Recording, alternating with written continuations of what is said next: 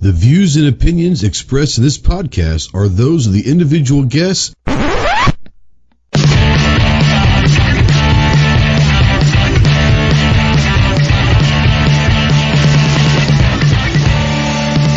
If you're a sensitive snowflake that may get easily offended, then turn this off immediately. If you want to hear the real truth about the gun culture, then stick around. This is the Armed Citizen Podcast.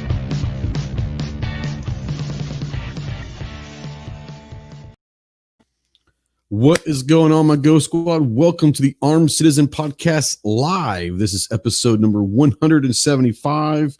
Today's date is Tuesday, January 12th, 2021. I'm happy to get used to saying 2021, but it is what it is. We are live, as always, on YouTube and over on Facebook. If you're out there, then we don't know that you're out there unless you say something in the chat. So let us know that you're out there. If you're new to the channel, new to the show, then let us know that you're out there and tell us where you're from. We'll try to get you a shout out throughout the show. If you've got any comments or questions that you want to be read or answered by us on the panel, you can always put them in the live chat and tag one of us. If not, you can always call. Yes, you can call into the show or text those questions to the number down below. It is the Ghost Tactical Hotline presented by our good friends Rod and Shelly Gates at the Gun Cleaners. That phone number is 530-364-4678. If you are out there and you're struggling with maybe depression and you need someone to talk to, obviously feel free to call me or text me or email me 24/7. If I can help you, I surely will. I can listen. I can't give you medical advice, but I can sure listen, maybe talk you through some of the stuff. But if you're looking for someone that's anonymous that might be able to help you, especially if you're a veteran, please utilize the Veteran Crisis Hotline. That number is 1-800-273-8255. Get some help, man. There's always people here to help you. We're more than happy to help anyone that we can. But like I said, if we can't help, then there is someone that definitely can over there and all of that. If you have questions or problems, like I said, contact me. But if you don't want to, contact the Veteran Crisis Hotline for sure. We're spotlighting, as always, United States Marine Corps. If you have any questions or want to know what it takes to earn the title United States Marine, please visit the website www.marines.com. Bring in our panel. We've got some other links out there that we're going to do that, but where's the punch pie? Midnight says, I heard there would be punch and pie. It's in the green room. Sorry. I think Clover already ate it. That's why he's green all the time. Just saying. If anybody out there in the chat would like to join the discussion, let me know. I'll put the link out there for you. You can join and have a discussion. Like I said, call, text in, all that. We've already got a text from Jason that wants to know some stuff. So we'll bring that up here in a little bit. But before we get going in on the topic, which should be a fun one tonight, let's bring in a couple of our guests right quick. And we've got the Rogue Banshee. What's up, homie? Hey, man, it's fun to finally get on your show, and what a topic to have an inauguration with.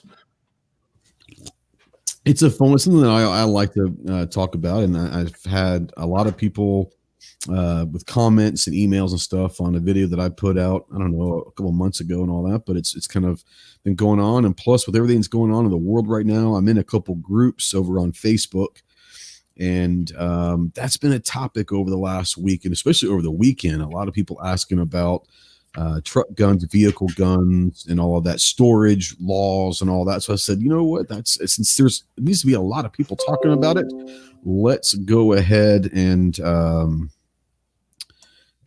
do that. So looks like we have a message, and it says, okay, it's from Jason. It said, thank you, Ghost. We'll get to that question that he had sent in. I think he sent actually over Monday or yesterday, I think it was. And I didn't reply to him. I apologize, Jason, for not replying. I was going to bring it up tonight. So I hope you didn't need it right away, but let's see here. Sorry. quick, but yeah, I hope he didn't need it real quick, but we'll get to it for sure. Let's get that out of the way. Trying to cut down on my tab. Sorry about that. And from the great state of Texas, the tactical virus, Leprechaun himself. What's up, Clove? I didn't do it, man. You didn't do it. Nope. Well, I heard you did. I have like from a friend of a friend of a friend knowledge. I heard it from a friend who heard it from a friend who. Yeah. That don't count. That's circumstantial. Doesn't count. Circumstantial. It's pretty reliable though. Nah. It probably came from Pancake Boy or something out there. Well, I didn't say that, but maybe it was. All right. Rogue says he fabricated the evidence. There's definitely a conspiracy against leprechauns. I think they just think that they think they're better than everybody. That's the biggest problem. Because they have a pot of gold and they can move within the spiritual world and all of that stuff. They just think that they're better than everybody else. That's what it is, man. Hey, did you see Stephen Elder out there? Said he's moving to Texas from Seattle. Holy moly. Awesome. Bring it on, bro. Welcome to freedom, my friend. Welcome to freedom. I know that I don't live. Actually, what's weird? I was thinking about this. So I've lived in Arkansas now for 18, almost 19 years. And I've lived in Arkansas longer than I lived in Texas, or right about the same. Because I left when I was 19. Well, I was almost 19. I turned 19 in boot camp. But yes, that's kind of strange to me that I'll always consider myself a Texan, but I've actually lived in Arkansas about the same amount of time in my life that I lived in Texas. Well, that's not true because I actually had a couple more years there in San Antonio. So but I'm close. It's almost 50-50. That's kind of crazy to me to think that. I am going to do something out there. Like I said, if anyone wants to join and join the discussion, go ahead and use that link right there. You're more than welcome. We'd love to have you in there. Okay, so Young out there says Diamondback 15-300 black out is in the hands of my local police department due to a malfunction and misfire. They said I'll receive it in 3 months. I have 75 days left. Do you think I'll receive it? So my question is why does the police department have possession of your firearm for a misfire? Is it a negligent discharge? Secondly, why? Once again, I go back to the original question. Why does the police department have possession of your firearm? So interesting. I'll be interested to hear that. Also be interested to know where we're talking about. This is true. Yeah. And it might be a state law for something. Yeah. City, state, county, city, if you can. Yeah. Yeah. So before we go on, I do, it's not something that it has anything to do with anything except for the fact that I got a really bad text, a business partner of mine from about, I haven't talked to him in several years, but 4 or 5 years ago, I get a text from a mutual friend and said that, you heard about so-and-so. And I said, no. And he said, well, he died, from COVID.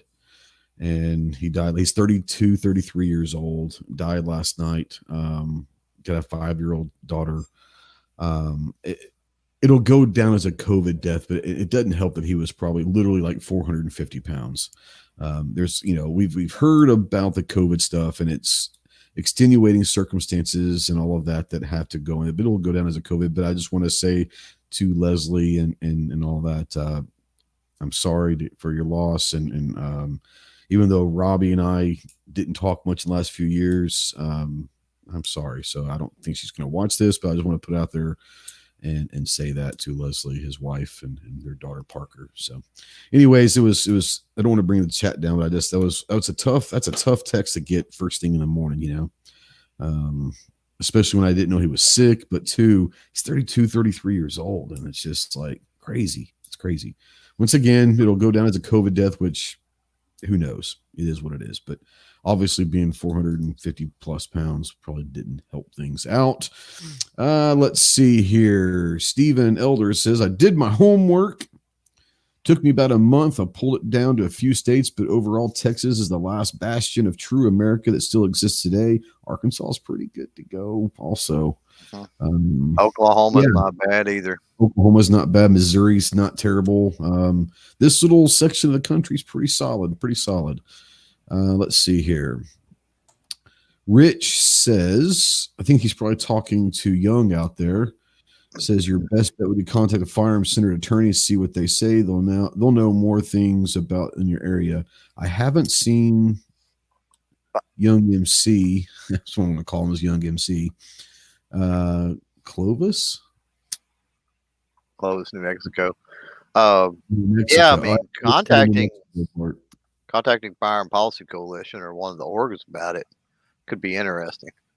Yeah, he said he was fined. He got a fine for it. That's what I was wondering. Yeah, that's not going to be uncommon if you had a, probably firing a, gun in the city limits, some type of ordinance. Something like that. Sure. Yeah. Yeah. And so that's not going to be uncommon. I would think in New Mexico, they would give it back. Yeah. Yeah. If it was, did he ever say what actually the charge was? Was it firing in city limits or what? I didn't. I scrolled back. I didn't see if he actually ever said. From Country Roads, Take Me Home. What's up, Rich? The 1% is here. What's up? Hey, how's it going? Chilling like a villain, man. Like a villain. Yeah, you guys still talking about what's going on with Young? I had to step away for a second. Yeah, he said he was fined $800. So we're trying to, whether it was shooting in city limits or ND. I don't know exactly what the charge is or why they have possession, but he said he was charged $800. So yeah. What my advice? Contact a firearms related attorney in your area. Yeah, we just talked about that for sure. Yeah. The first consultation is usually going to be free, and they can at least, if nothing else, give you advice on how to handle that. Yep. In a situation like this, you may or may not get your firearm back. I mean, that's just the sad state of affairs. It could get lost. It could be misplaced. Get yourself somebody at least familiar with your case in case you do have to take legal action against the police department in trying to recover that weapon. Yep. Midnight says Texan, Pennsylvania, New York, or what you call people from Arkansas, Ghost Tactical. Arkansans. Arkansans is what we call ourselves. So yeah, there you go. AR Kansans. So there you go. Yeah, Young, if you want to call, call that number below for sure. Absolutely call into the show, and we'd love to have you kind of tell us what's going on. But the number's down below right there on the screen, 530-364-4678. Okay, so he did. He said he was cleaning it, put it back together, racked around, and it went off. ND. So yeah, I didn't catch where he lives. Did he say where he lives at? New Mexico. Okay, yeah, that could be troublesome because New Mexico's been going more and more anti-gun every year. Yeah. They are with regulation. As far as the sentiment and the climate, I know a lot of folks and a lot of groups and forums from New Mexico. Matter of fact, there's actually, what is it, Firearm Fortress or Gun Fortress or something like that.com, which is a great one. It's based out of New Mexico. And so they're, while you're right, while they have been kind of left leaning as a state when it comes to 2A matters, it's not horrible. You know, they've been getting worse. So that's one of the reasons why Two Gun Kitty moved from New Mexico to Texas, was because of how bad they were starting to give us some of the regulations that they've been proposing and passing in their legislature. Mm-hmm. I love Buck. Now, Buck lives about 30, 40 minutes from me, and we saw each other train together this weekend a little bit. He says, we are the tactical Kansas. I've always said AR Kansas, but I like that. We're the tactical Kansas. I'm digging that. That might have to be a t-shirt of some sort. I like that. We're the tactical Kansas. Young MC out there says, give me a moment to call, but I will be calling from a 575 number. Right on, bro. So let's go in real quick. And we do have a question before we get jumping on, on all of this topics. Jason P had sent a message yesterday. And as a matter of fact, I was in the middle of Clover's lounge podcast when it came through, so I like I said, I didn't let it go. I was going to enter tonight, but he said I was wondering about a good company to get my slide cut for an RMR. I have never done that because I don't run dots on any of my guns, but I know, was it Jaeger Works is the one that most people that I hear have always spoke highly of. What is it? Was another one? Was it Lone Wolf? Lone Wolf, another one I've heard people talk about, but I don't have any. I don't run dots on mine, so I've never sent a slide in to get cut. But I think Jaeger Works and Lone Wolf are the two that I hear. But usually Jaeger Works are the ones that I hear people talking about the most. Rich, Rogue, Clover, anyone have any experience in sending slides in to get RMR cuts? I don't have any experience having it done, but pricing them, sometimes it's cheaper to buy a slide that's already cut. Yep. This is true. And you can get there. And if I don't know what kind of gun it is, Jason, if you're still out there, let us know what type of gun it is if you want to. And if it's a popular model gun, someone out there has got an aftermarket slide, I'm sure. And X out there, he says that Jaeger Works comes highly recommended. Yeah, I don't run dots on mine. And if I did, I would probably just go get a slide that already had the cuts in it. Keep the original configured slide in case you ever want to sell it in the original one or whatever. Glock 29, he says. Glock 29, then yes. Someone out there has got, I bet you Faxon probably will have one. But a lot of companies, if it's a Glock, then there are plenty of going to be aftermarket slides. Yeah, Lone Wolf might. Lone Wolf specializes in stuff for Glocks. So if anybody does, Lone Wolf will. Yeah, Lone Wolf is, but once again, you're talking about by the time you send in your slide, get it back, the cost of it and all that, you can order a 29 slide, probably from Lone Wolf or whoever is out there. That way you can keep your original slide just to have it if you ever want to sell it.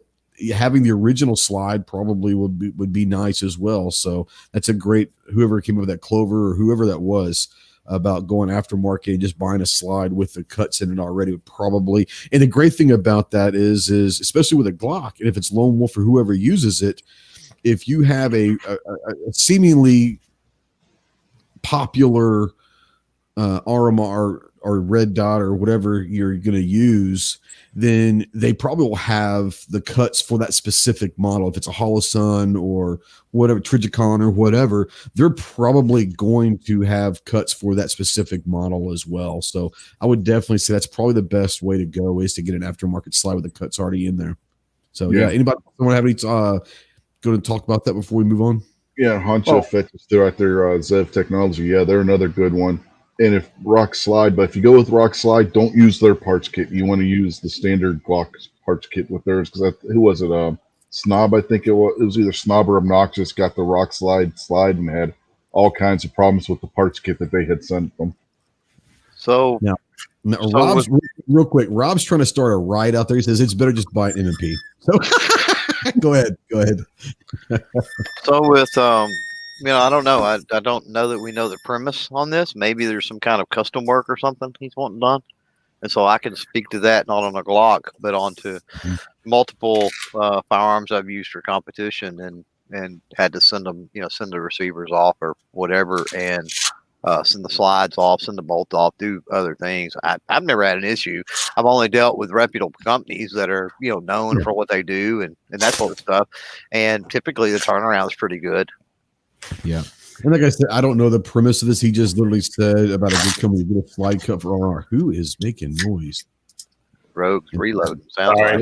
Hey man, mute yourself if you're not talking, because that's annoying. So like I said, I don't know the premise. He just wants to know our RMR cuts. I don't use dots on my pistol, so I wouldn't know. But yeah, all I've heard about is Jaeger Works is good, but Lone Wolf, they said Honcho says Thrash Tactical does custom cuts. And so, what did you say, Rich, about the rock slide? Use your own. You want to make sure you're using genuine Glock parts in it because they'll send you a parts kit. And G23 out there just said he also had an issue with his the G23 slide that he ordered from them with the parts kit that they sent. So if you're going to use the rock slide, you want to make sure you have an actual Glock parts kit and not the one that they send you. Yeah. On the Facebook side, Tanner Rackley, what's up? Tanner is a young man who's from my hometown. He says, what's y'all's recommendation on the best AR to buy? There is no such thing because we don't know what kind. And if you want to put this information, you can, but what's your budget? Obviously, what you could have gotten for $500 a year ago, you're probably getting for $1,900 to $1,000 now. Everything's kind of inflated in prices. But what's your budget, and what are you looking for? Are you using it for hunting, for training, for self-defense? What caliber are you looking for? And we'll kind of go through the room, and we'll give you some of what we think are good. But I would suggest you just go shoot a bunch. If you want to shoot some, let me know, and I can bring some of mine out and we can shoot and all that. But just let us know kind of stuff you're looking for, caliber, what you're going to use it for, your price range, and we'll go from there for sure. Chris Bucklew out there, another homie from in town. He's on Facebook, says Wilson Combat will do some custom work on Glocks, but it's less expensive to buy another gun. Well, if you're talking about Wilson Combat, even if you live here in Arkansas, can drive it to Berryville. The problem is you're paying for the name of Wilson Combat. Do they do great work? Yes. But a lot of what you're paying for, and you will pay for it, is the name of Wilson Combat. Go ahead. Whoever else was going to say something. No? Okay. I thought someone. I was just agreeing with you. It's like, I just said, yeah, when you said what you said, that's all it was. Okay. So the other out there says basically all the above. So it's going to be a utility rifle. Preferably 223.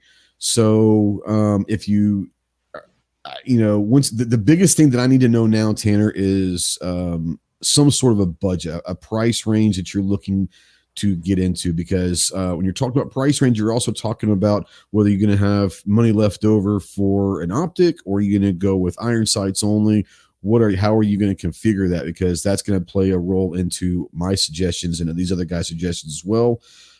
So let us know kind of what your end all after optic rifle and everything, what a budget would be. And we'll go through the room and kind of give you some ideas of because we're all probably going to have different ideas of ARs. And I'm assuming this will be your first AR, because I know that you're pretty young kid. So you might only just turn 21 right now recently. But you're a pretty young kid.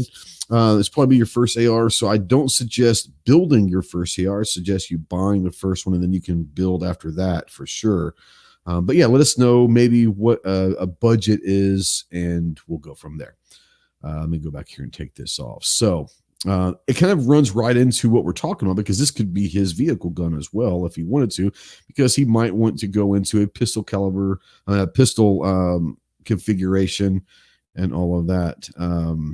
And John C says, if it's self-defense, money shouldn't be a factor.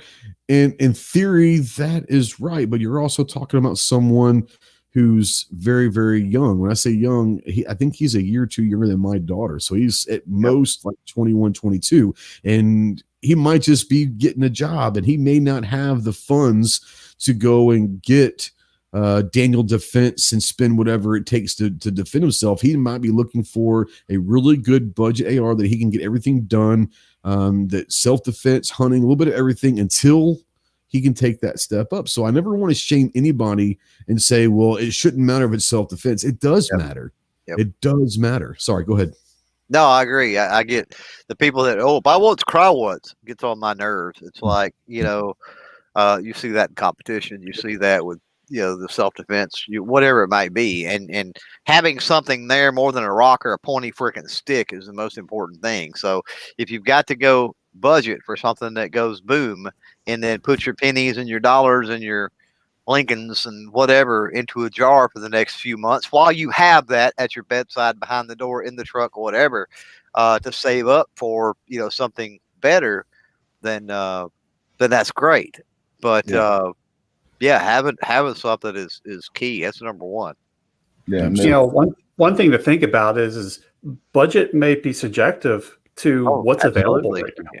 Oh yeah, that was what I was going to say. I was waiting for you to come around, and when you asked me right now, I was going to say whatever you can get. Quite honestly, because $1,000 AR is much different than it was 12 months ago. Yeah, and here's my thing.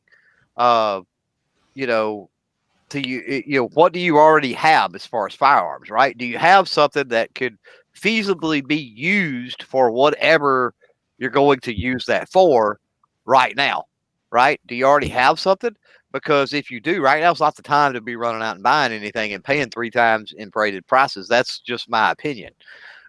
Because let's say that you go out and you pay 3 times what it's worth in a couple of years, 3 years or something like that, we get the price drops again. And you turn around and it's a situation where you got to have money or whatever the case may be. You made a very bad decision and a very bad investment in buying that when you could have gotten by with maybe, I hate to say it, a pump shotgun or, anything else that you might have at the current time. So I wouldn't lock into, I got to have it, but if you got to have it, get whatever's out there. That's going to be your only play. Yeah, Honcho out there says budget, use, upgradability, future plans for rifle, and that is the beautiful thing about the AR platform. Is it's kind of like a Glock. You can spend X amount of dollars to get this, and then you can go and over time put new barrel, put new bolts, put the BCG, the barrel. You can change those out over time and upgrade them into whatever. If you just want me to kind of give you an idea. Everyone that's been watching my stuff knows that I'm a big fan of. I've got 2 of these. I've got one. This is the Sport, and I've got a Sport 2 as well. But the Smith & Wesson M&P 15, they are to me like the Glocks of the AR. You can get it normally. You can get it for about $600, $700, probably more like $1,000 right now. I'll be honest, maybe even more. But the great thing about it is they run. They'll eat anything you put through it. They'll run. They're going to be dependable.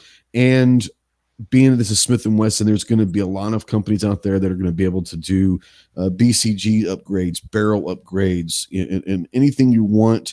They do come with the A2 side if you want that, and they come without the A2 side if you don't want that. So they're very, very dependable. And there's a reason why and there are other better ones out there. Absolutely. But I know right now what this rifle will do under any given circumstance. That's why this is my battle rifle, is I know what this is going to do. So people are going to laugh and I get that. For me, I trust my life with a Smith & Wesson M&P 15. Like I said, this is the Sport. I also have a Sport 2. I've got black with some FDE handguards on it, but I got a Sport 2 in this. But I love the M&P. I love Smith & Wesson's AR-15. So he says, not sure on budget is a thing. I don't want to buy something cheap that won't last long. As of right now, I have a 300 Win Mag for hunting, Remington 870, and a Smith & Wesson 40 shield. You're not gonna. I don't think you're talking about anything modern, wearing it out or anything like that, right? I mean, even on the low end. I mean, as far as maybe having malfunctions or something crazy, but even that's far-fetched nowadays. I mean, there's just way too many companies and stuff on the market. A couple of good, it was mentioned out there in the chat, but PSA, good option to look into. Ruger also makes pretty good budget model. And as you're talking about the upgrades, I've seen a lot of people do this. I'm not a fan of this. They'll upgrade something, whatever firearm it is, and they'll sell whatever they've upgraded.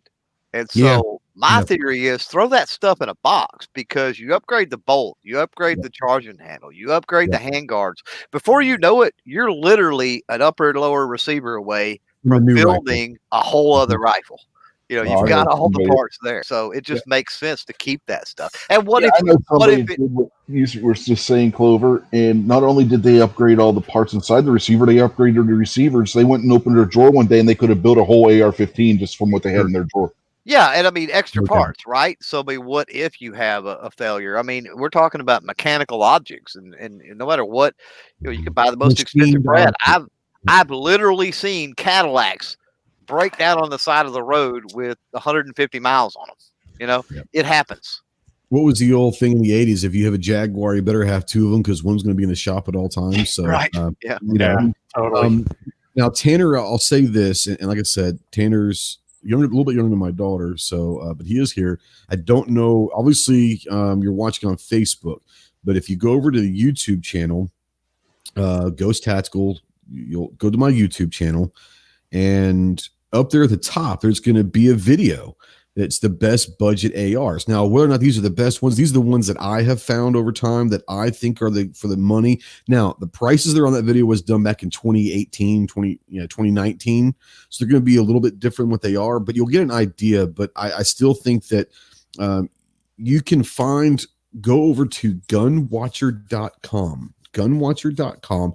At the top of the website, just type in 223 or AR-15 or whatever, and it's going to give you rifles that are available online and their prices, so you can kind of get an idea what's out there. Go see Ben over at Heber Gun. Ben's a really good guy. I don't know if you've been there before. Ben's a good friend of mine. He's a really good guy, and tell him what's going on, and he might be able to. I know he had a couple ARs in there last week. I don't know if they're still there. I haven't been back in about 10 days, but they did have them. Ruger makes a good one. PSA for sure. The Springfield Armory, the Saint is a good one for sure. But you're talking about all these things that were probably $500 to $600 a year ago are now $1,000 to $1,200. So, you know, and I don't want to, I'm never going to suggest this because it just comes down to what your priority is, Tanner. So I'm never going to suggest that you do this, but it's an option if you really, really, really want / need that 223 AR, and you have something that you might be willing to trade. I'm not saying other firearms like your 300 Win Mag or your Remington or your Shield, but if you have other things that you might be willing, there might be someone that you know that has an AR that might be willing to trade or barter and all of that. Just saying, if price is an issue, you say, I've got this plus $300. You never know what you're going to find. Trust me, you may not know this right now, but in our town right here, there are a shit ton of people with ARs that you would never think owns them. So just be out there in the lookout. That could also help you as well. Go ahead, Chloe. I think you're saying something, or Rich, whoever it was. Yeah, I was just going to say, there's another company out there called Carries Guns on the internet. I've used their stuff before, and their stuff's pretty decent too. And right now they have two different rifles that they have in stock right now. One's $600 and the other $700. There you go. AB's out there. What's up, AB? Yeah. So yeah, they're just talking about different things. So Tanner, I hope we helped you. If not, send me a message, or someone you know in this town has my number. Get my number from someone that's got it, and call me, and we'll talk. I'll help you anyway. If I need to meet you at the gun shop, I will help you out. That's just, let me know. So yeah, that's kind of a transition into what we're talking about tonight is vehicle guns. And this is something that has been a topic of interest in different groups that I'm in, and especially over the weekend. And I don't know if it was because of what happened last week with the riots or whatever, who knows. But it's been an interesting topic that people are wanting to know what's good for vehicle guns. And it's not just about guns, it's about maybe storage and all that. And I want to say, before we even start going down this road, when it comes to keeping firearms in your vehicle, make sure before you take a firearm inside your vehicle, make sure that you know what your state laws are on calibers, on barrel lengths, on configurations, on storage, whether it could be loaded or not. That is entirely up to you. So don't think that what we're saying in our state, when we can do this, it goes for everyone. Make sure that you're up to date on your own state and local ordinances and laws about what you can and can't have in your vehicle at a given time, crossing county lines, crossing state lines, all that stuff. You've got to make sure that you're up on that. But assuming all of that happens, let's talk vehicle guns. And so JMA, what's up, my brother? I sent you a text earlier. If you want to jump in, let me know. I'd like to hear your opinions on some of this. So Jamie, if you're out there and you do want to jump in, let me know and I'll get you a link. But so I want to start out with Rogue and Clover and Rich and say, if you don't want to talk about specific things or whatever, that's fine. But Rogue, aside from the gun that you might be carrying, do you have a gun that you like to dedicate as a vehicle or truck gun, or do you have any, or have you ever had a gun that's kind of dedicated for a vehicle gun? Well, I have. It depends. I'm going to give you a definite maybe here. Sure, yeah. It depends on what's happening at the time. Before, when I used to travel a lot for work, it depended on what my gun was.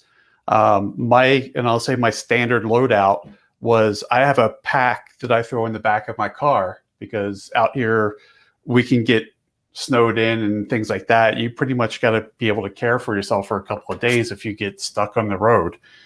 But in that pack was always a Ruger 1022 takedown and a Ruger SR22 pistol.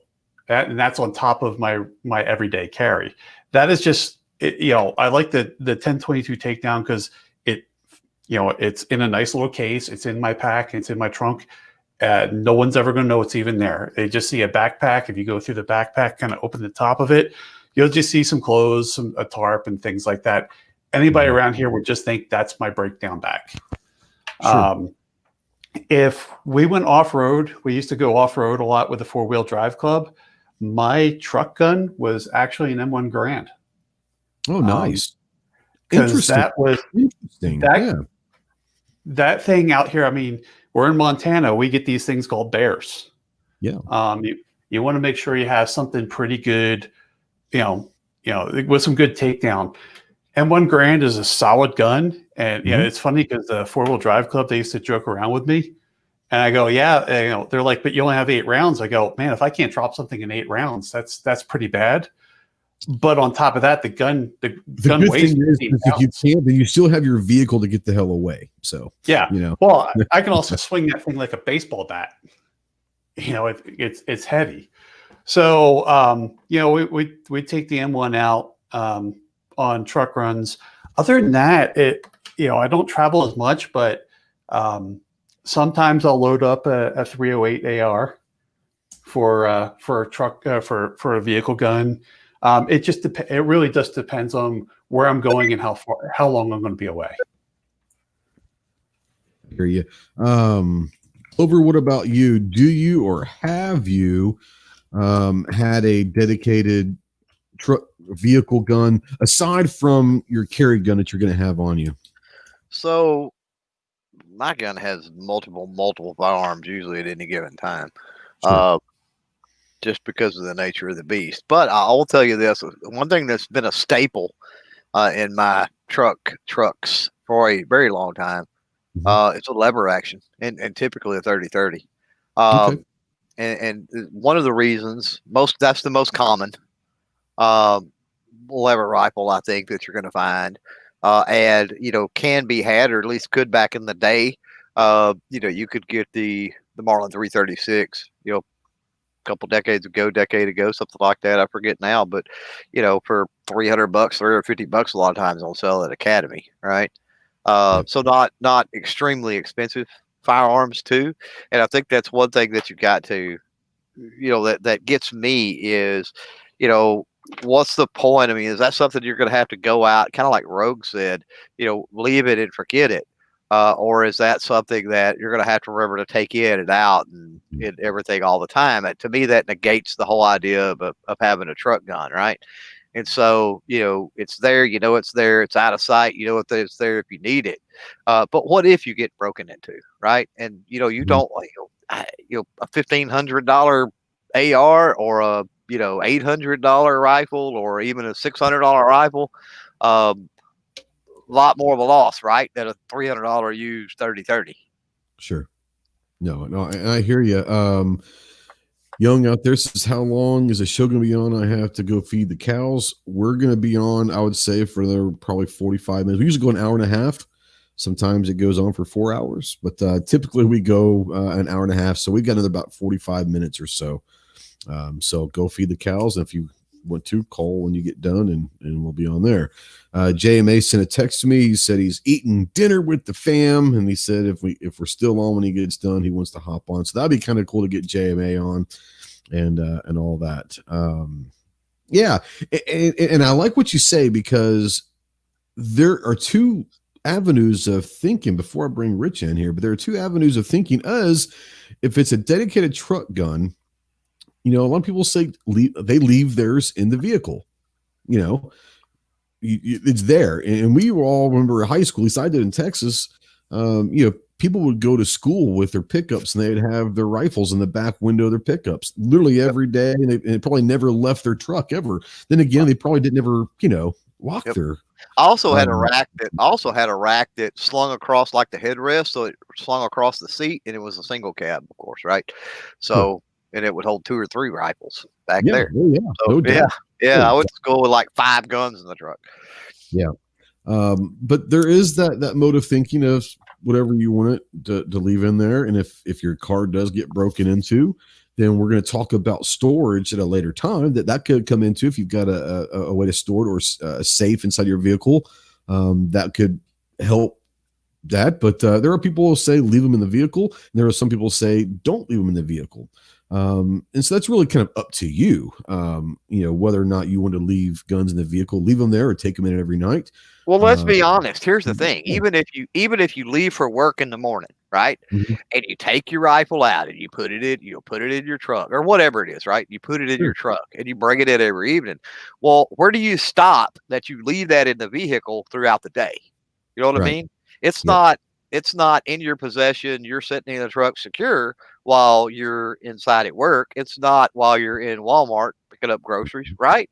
So regardless, there are times where it's going to be potentially, your vehicle could get, let's say vehicle, because we're talking about vehicles here more than trucks, but it could get broken into. And so I always say truck gun, but people always go, well, I don't have a truck, I have a car. Okay, we'll call it vehicle. For me, it's a truck gun. Same thing. But yeah, I mean, I with that in mind, I still go back to, golly, I just don't want to leave anything remotely expensive, hard to get, rare, anything like that. That might get stolen. That's one of the reasons that when I had the opportunity, we did the lawn chair pop. I had the little 38 Colt Detective Special, right? And that belonged to my grandfather. That was my console pistol for the longest of times. And I was relieved, and I didn't realize it when I got that Taurus Protector Poly, but I was like, oh snap, I've got a $300 revolver here. I can take my grandfather's revolver out of the console, and then if something happens, it's a modern production, readily available. I can replace that. It's not a problem. Yeah. Now Steven out there says Clover, he thought you were for sure going to say some kind of a musket. But 223 DMR. Now, this was one that I used to use as a truck gun. Is my High Point carbine, 9mm, and I also kept my High Point 9mm handgun in the vehicle, sharing mags. Now I go with hold on.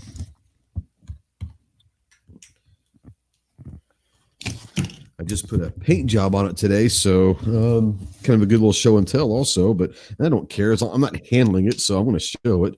That is the Foxtrot Mike FM9. I did a little paint job. It's a little olive and FDE two-tone. But now I keep this in the vehicle with me, but I also keep the a Glock 17. Why? Because I can, but 2, those share magazines too. So, and I've got some of the 30 round Glock mags and all of that will fit both a handgun and all that, plus whatever I'm carrying. So I'm always going to have that and the 17 in the truck with me to where share magazines. So I think that if you're going to go with a carbine and a pistol, I'm not saying you have to. I think it would be wise to, if you can get them like a little PCC something that's going to be able to run similar magazines with your handgun and caliber. That way you don't have to have different magazines and different calibers and all that. You can grab 4 magazines that are 9mm, and you've got your PCC and your handgun that those magazines are both going to fit. I think that way. A lot of people don't, and that's fine. You don't have to, but that's one of the ways that that I do that. Let's get to Rich. We haven't let Rich talk yet. I'm trying to keep him in the corner here. But no, Rich, as far as a dedicated truck gun, vehicle gun, do you have and I'm going to kind of expound on this. I'm going to ghost you, as Clover likes to say, but that's the first question. But, what was your reasoning for your choices if you do have one? Well, currently I don't, but I always wanted that Porsche 944 that Bill Cosby had in Leonard Part 6. Yeah, if you remember the movie, the Porsche 944 with the tank turret on top. Oh yeah, okay, yeah. I don't remember the movie. I remember seeing the Porsche, but I was like, the name of the movie did not ring a bell with me. But yeah, the vehicle, yeah, for sure. Yeah, I would love to have it. Yeah, I was going to actually talk about something for people who may live in more restrictive states. You could always go with Clover mentioned a lever gun. You can always go with, say, a 357 revolver and like a Henry lever action in 357, and you've got the same shared ammo like what you were talking about. 44 Magnum, 45 Colt. Yep. A lot of them, and that's the great thing. If you don't like the carbines and you do like the lever action and all that, yeah, there's so many crossover calibers that are going to be helpful and all of that. So yeah, and at this point, guys, Rogue, Clover, Rich, we've all been doing this a while. Just don't overtalk someone or all that, but just let's have this open discussion. But I'm going to pose a question out there, and when you think about whether you have or you will, and for someone out there that might be new, that's thinking about carrying a firearm in the vehicle with them, what are some of the criteria that you guys generally think about as when you choose your weapon? Like, Rogue and Clover and myself and Rich all kind of have different ideas of firearms to keep in their vehicles. But what are some of the criteria? Is it, we're talking about how do you figure out what caliber, what length barrel, or whatever it is? What are some of the criteria that you guys think about when you decide on a vehicle gun? You guys just jump in. Size of the weapon, the size of the vehicle that you're going to be keeping it in. If you've got a full-size SUV or a full-size pickup truck, you're going to have more room to carry a full-size rifle than, say, if you have a subcompact car. In that case, you may want to look at something more along the lines of like a PC Charger or a AR pistol or an AK pistol or something like that, because you're going to have a much more compact area, and you don't want to take up passenger space in case you have to go somewhere with the family or something. You're going to want something on the smaller side. If you have like a Suburban, the sky's the limit in that case, because you got plenty of room where you can store just about anything in there. Sure. Clover, Rogue, or what are some of the thought processes that you guys go through when deciding what kind of firearm to take in the vehicle with you? I would definitely say size, but I try to keep my rifles in the trunk because I always have my pistol on me. So it's kind of that whole use your pistol to get to your rifle. Sure. So for me, I'm not going to use the backseat of my car to have my big Kelty pack with my whole loadout in it. So that's in the trunk. If I need it, it's there. I have plenty of ammo for my pistol to get to my trunk. Yeah. Sure. Well, yeah, my thinking with the car too, though, if like I specifically mentioned, if you're traveling with your family, you may have luggage in the back in that trunk. You're not going to be able to get a rifle in there without. That's why I was saying, if you got like a small car and you're traveling somewhere with your family, you're going to want something smaller. There are states out there that are less friendly upon long rifles crossing state lines too. Remember, we got to talk about your laws. So, and Midnight brings up a thing about states that are less restrictive. That's why AR pistols and AK pistols are good options, because you can take a pistol across state lines. And I like that for multiple reasons. And one, the size. Now, I drive a larger vehicle, so So what I'm hearing so far from everyone though is size matters. Is that true? Size matters, because if it In does, this case, definitely. okay. But I drive a larger vehicle, so I'm not really worried about room for storage and all that. Bring in Sarge. What's up, Sarge? How you doing, homie? Hey, what's up? Chilling. We'll get you. I'll bring it back to you here in a second. We'll kind of catch you up. But for me, I use an AR pistol. One, because it's a pistol. You can cross state lines with it. As of right now, not a problem. Once again, I do like the PCC. Everyone knows I like the 9mm, but it's able to share ammo, able to share magazines with another gun in the vehicle and all that. Most importantly for me, I'm not probably going to be looking for something that I need to shoot outside of 100 yards, 150 yards. I mean, let's be honest. If I'm in a situation in my vehicle that I'm going to have to engage something that's 100, 150 yards away, I'm probably driving away. Okay. If possible. I think you probably have to. Yeah, that's what I'm saying is so I'm not necessarily worried about having a long rifle in the vehicle that's going to reach out to 300 to 500 yards. So that's why I go to PCC. Is it's when it's compact, it's a pistol. I can secure it and hide it in multiple places in my vehicle. It's a 9mm round that shares ammo with my handguns. It shares mags with the 17 that I carry in my gun.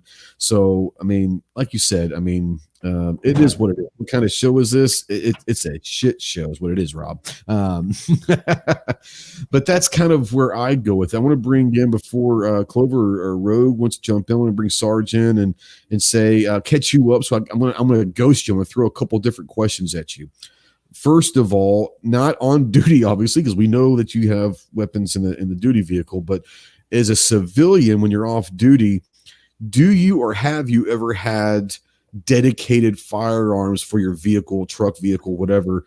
And if so, what was the reasoning why you selected those specific, or do you have criteria for those specific weapons that you dedicate per vehicle? Right now, I just carry whatever pistol I have at the time. That's it. Sure. I don't believe in leaving guns in vehicles. Don't believe in that. But Sure. I'm not opposed to taking more guns in vehicles. Depends on where you're going. And, some places are more prone to running into see what now we have to worry about isn't our previous problems of, if I don't go to the bad area of town and I stay in this section, what am I really going to run into? Right. Nothing that my pistol can't take care of. If in the off chance I did run into anything. Now, you don't know when things are going to flare up and all of a sudden you're in the middle of a mess. So I am not opposed to taking something a little heavier, probably. And I've thought about it. I want to buy a new backpack. I want to buy a new backpack for it, but I want to start bringing the Scorpion more places. Let's say your Scorpion would be a perfect vehicle. Especially since I put the PDW brace on it. It's super easy to get out. Love it. And like you said, you're not going to get into a situation where you're going to have to fire, or you're really not going to have to fire 25 yards, let alone 100, 150 yards. That's just not going to happen to you. Yeah. Out and about. So, but if it does, then there's a good chance you probably need to turn around and go the other way. Yep. Just saying. Let's get out of there before everything gets really crazy. Yeah. So Clover, Rogue, you guys, before we move on to another subject, anything you guys or Rich, anything else you want to add on maybe how you decide on what firearm that you're going to maybe dedicate for a truck gun? It's your day-to-day life. I mean, I'm going to be, oh crap, there's coyotes here, or oh crap, look at the pigs or something. So, having I'm not going to be, the odds that, I'm in a firefight and I've got to run to my truck to get something else is very slim. And even if that was the case, lever action 30-30 would, could potentially get it done just as well as anything. But that I've got the versatility because 9mm PCC, I mean, odds of putting down pigs. I mean, are you going to pop a few, potentially get them to run off or whatever? Sure. But if you want meat in the freezer, odds are that's not going to happen with a 9mm. Well, sure. Thanks again. Mandatory carry out there earlier sent a $3 super chat. Appreciate you, brother. TJ, $10. As always, all super chats go to Operation Gratitude to send care packages to troops downrange. So thanks for that. We're not asking you guys to do super chats, but let you know if you do, all of that has for the last, 6 weeks or so. Every week we get them, we send them to Operation Gratitude, and we're over, I want to say, close to 70 care packages that we have been able to put together for troops overseas. So thank you for everyone that does that. It takes about $15, $12 to $15, they say, on average to send a care package to a troop, and we've sent close to 70 just from this show over the last 6 weeks. So thank you so much to that, guys. I really appreciate that. We got a question. I'm going to run this in real quick from Nighthawk. And Nighthawk says, why do I need to carry let me read it exactly. I got the gist of it, but he says, devil's advocate. Why do I need to carry a vehicle gun when I'm driving the deadliest, biggest caliber thing I own? And there's a lot to be said about that. Your vehicle, very well, but a lot of it just comes down to, once again, depends on the situation and where you're going. And I'll bring up the example that Clover was talking about. What if you've got a hog on the side of the road? You're not going to go chase that hog and run it over. So that's not going to do you any good at that point. If you're stuck in a traffic jam and for some reason there's someone just going ballistic, engaging on the highway in the middle of a traffic jam, your car could be stuck. Not saying that you want to go out and engage that guy again, but what if you have to, and your car is exactly worthless at that point? It can't move. So I mean, I'm not trying to say that there are reasons to carry. There's always reasons to carry. It's America, but we're trying to kind of figure out specific reasons why you might have to carry a vehicle gun that might be aside from your carry pistol. Yeah, we're in a different America than we used to be. Yeah, that's exactly right. It's not necessarily two-legged critters you need to worry about either. I knew somebody whose car broke down when they were going back the dirt road they lived on, and they had a pack of coyotes come up on them. Yep, absolutely. That's real. We here in Arkansas, we have a lot of panthers and bobcats, mountain lions, whatever you want to call them. They're and they attack. Pigs ain't cool, man. Pigs ain't cool. You get a sow with with a bunch of piglets. Not cool, man. When you walk up on something like that in the middle of the woods. Thanks, Rick. Appreciate you, brother. Semper Fi. Or on the side of the road, as it would be around here, because they're everywhere. So, what if you broke down? What if you broke down and you had to walk to the nearest house, or you had to walk, whatever it might be, right? Yeah, I would feel much better. I mean, because my EDC, my top two are 380s, so sure. Sal's gonna laugh at that. You would literally hear her chuckle, I'm sure. So having that 30-30 is gonna be the way to go.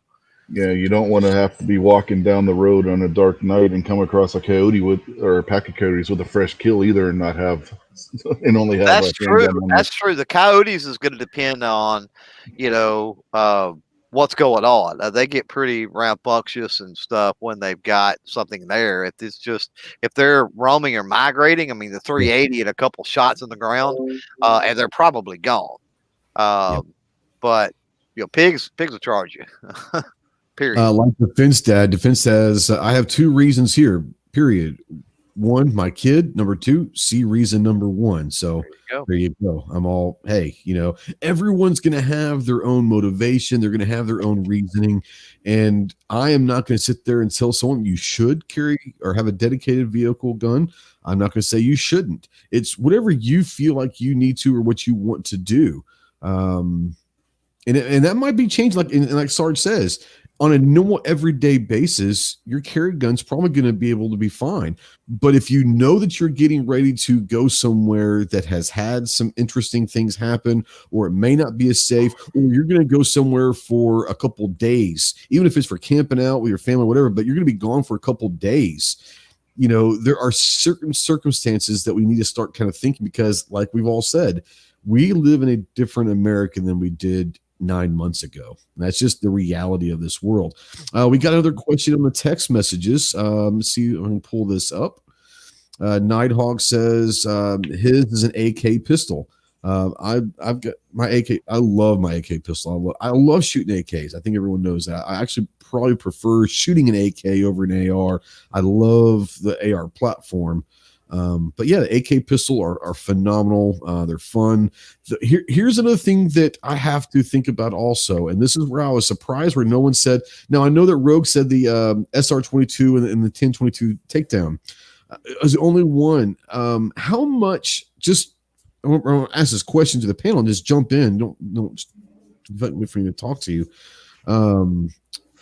But how much does sound? Because who obviously drives down the road with hearing protection on? Okay, so how much does the percussion and the report of a firearm come into your thought process of maybe what caliber you might carry in your truck gun? Does the sound effect and the decibel levels come into any factor at all? And that's just a question because it doesn't really to me, but I didn't know if that's something that people even think about. I used to think about that, but since then, I've changed over to hearing protection that's also Bluetooth. So I actually have hearing protection all the time when I'm outside the house. So I don't, and then I can have ambient noise and all that stuff turned on as well. So I don't really think about that as much anymore.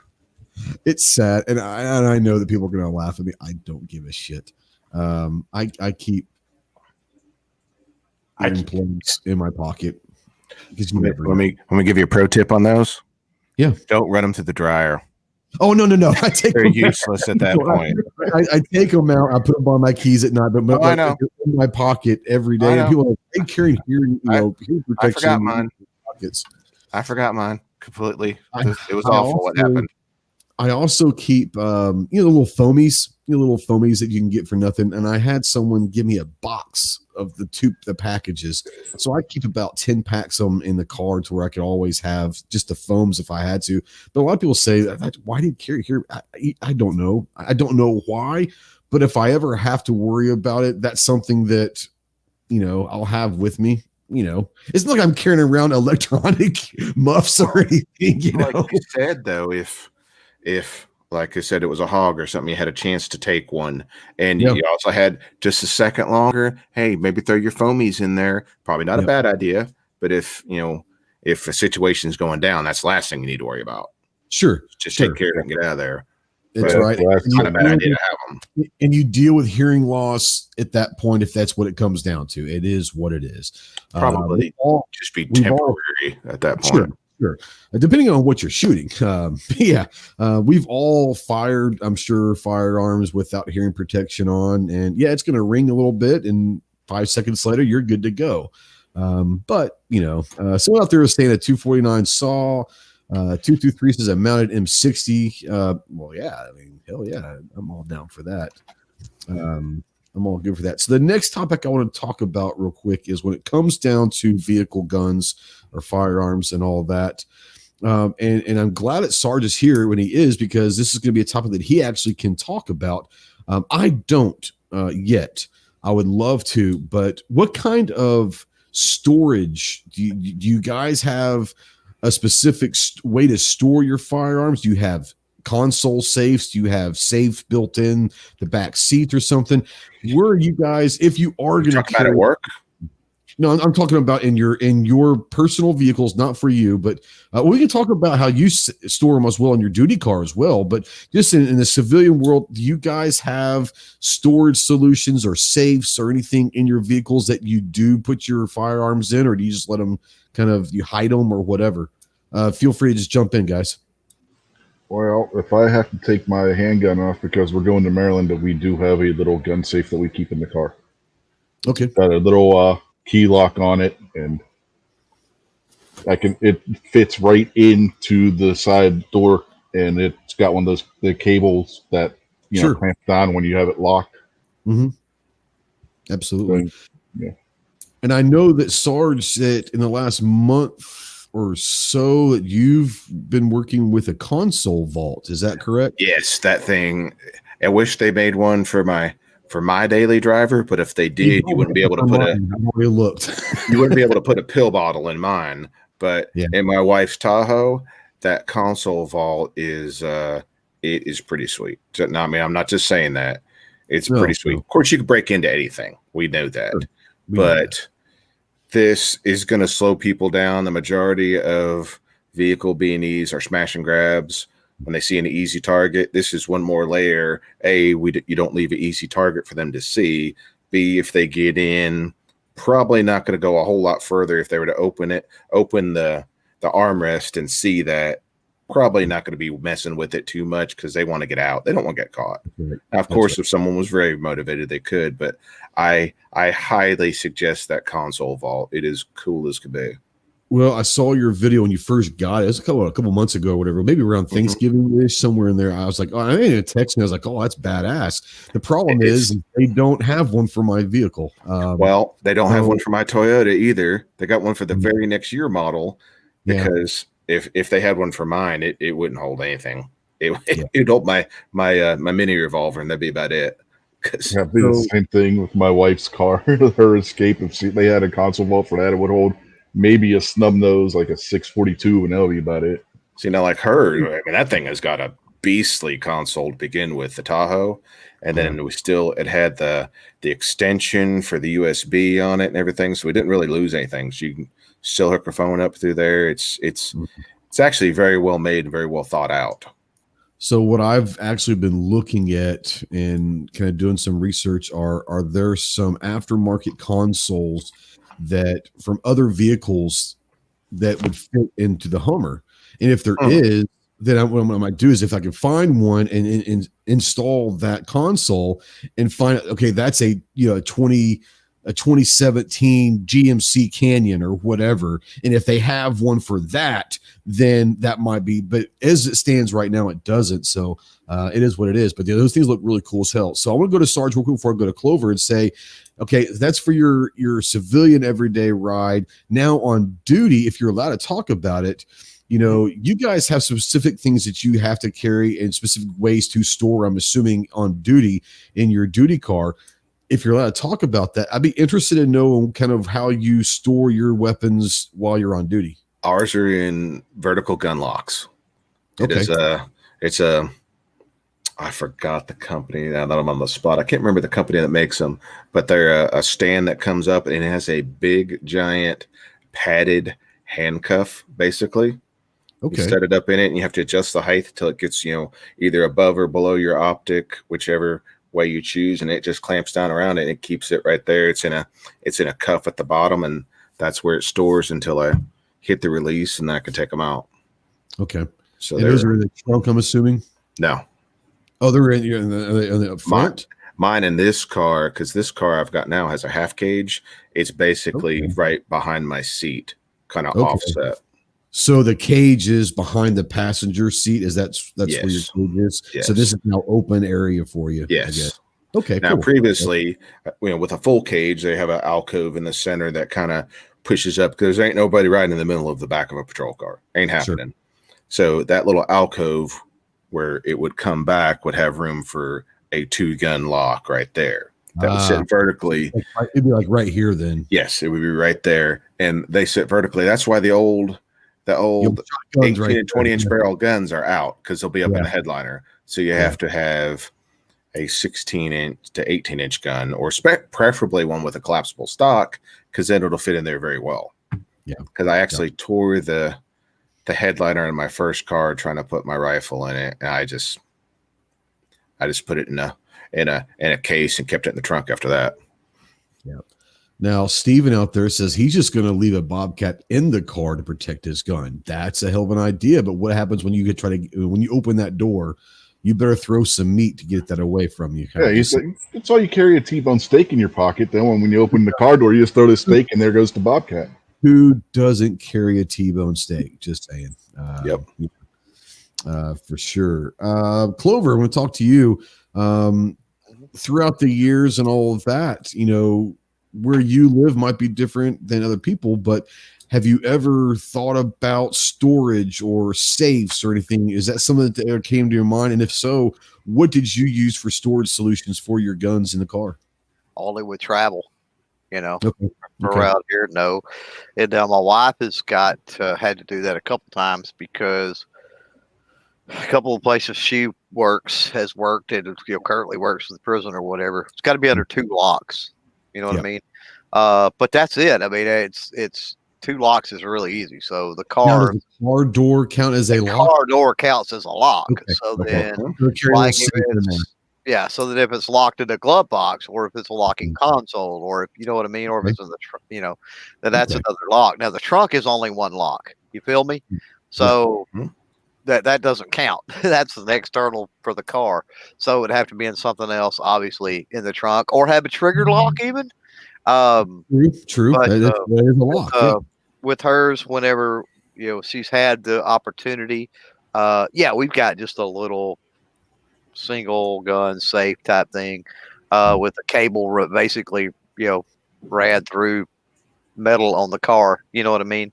Where it's just you can't just smash and grab, because Sarge is 100% right. I mean, that's what people are looking for, is smash and grab.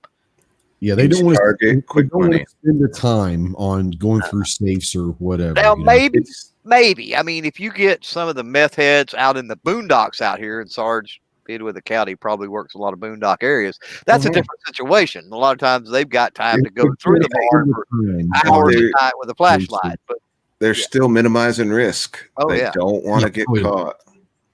They don't want to. They're still wanting to get in and out.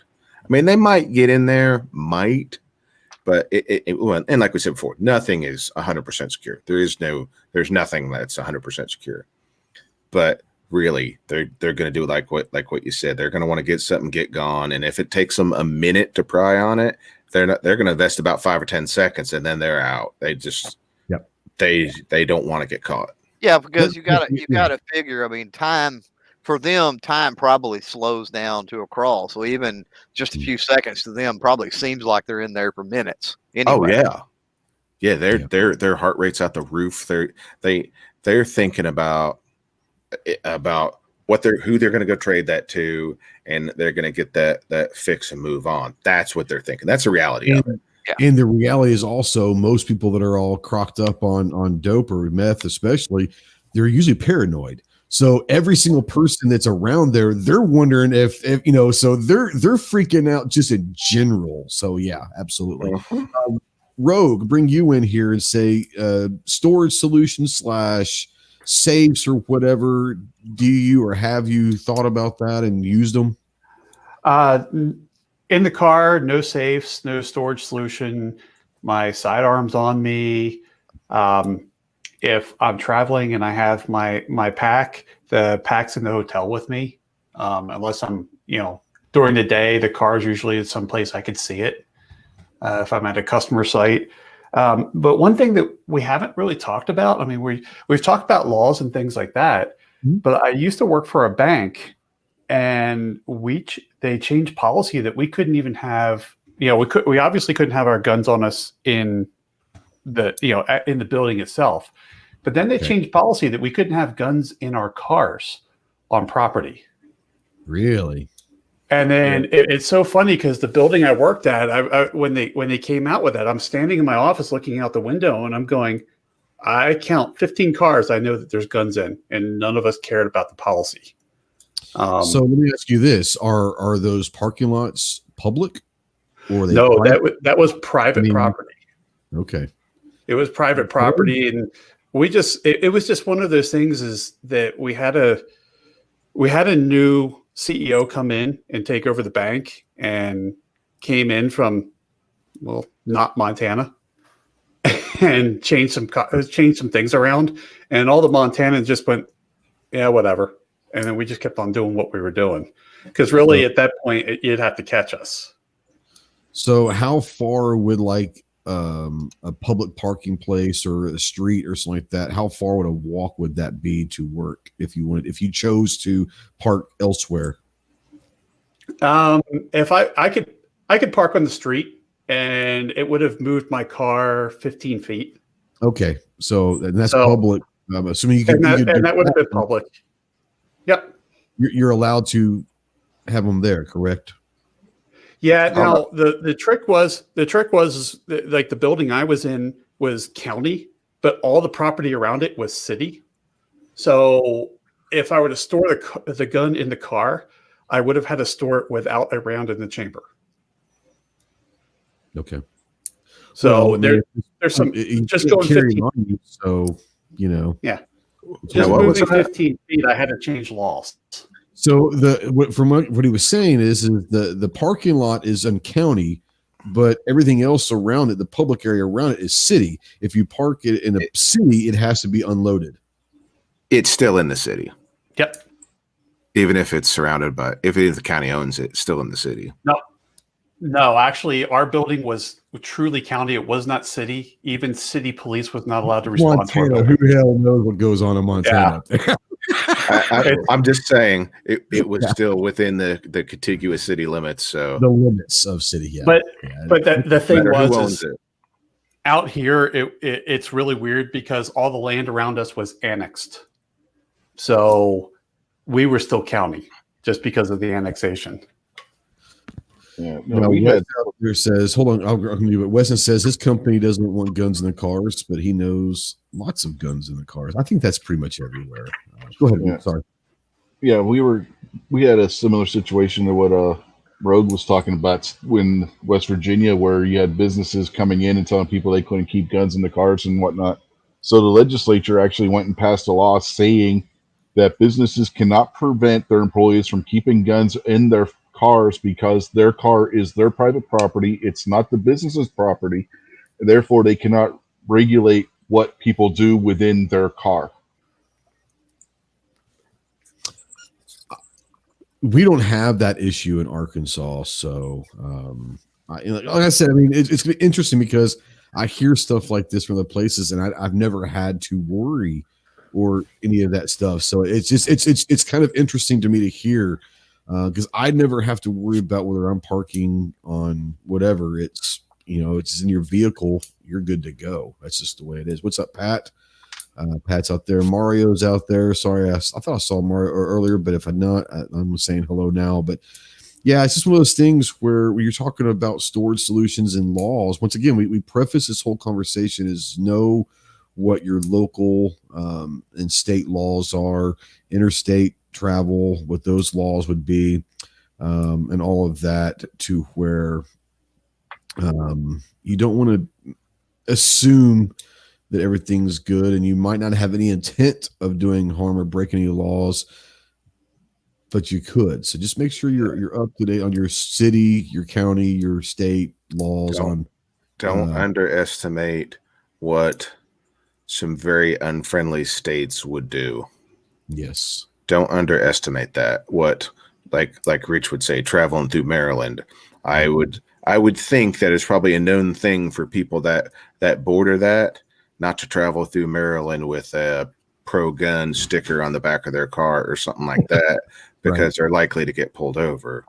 They'll find a reason. I would think that's probably a thing. It depends on what part I of used Maryland. to live in Maryland, and I went to a competition in New Jersey. It was at Fort Dix, and I was driving on the Jersey Turnpike with Maryland tags and a Glock sticker on the back of my window.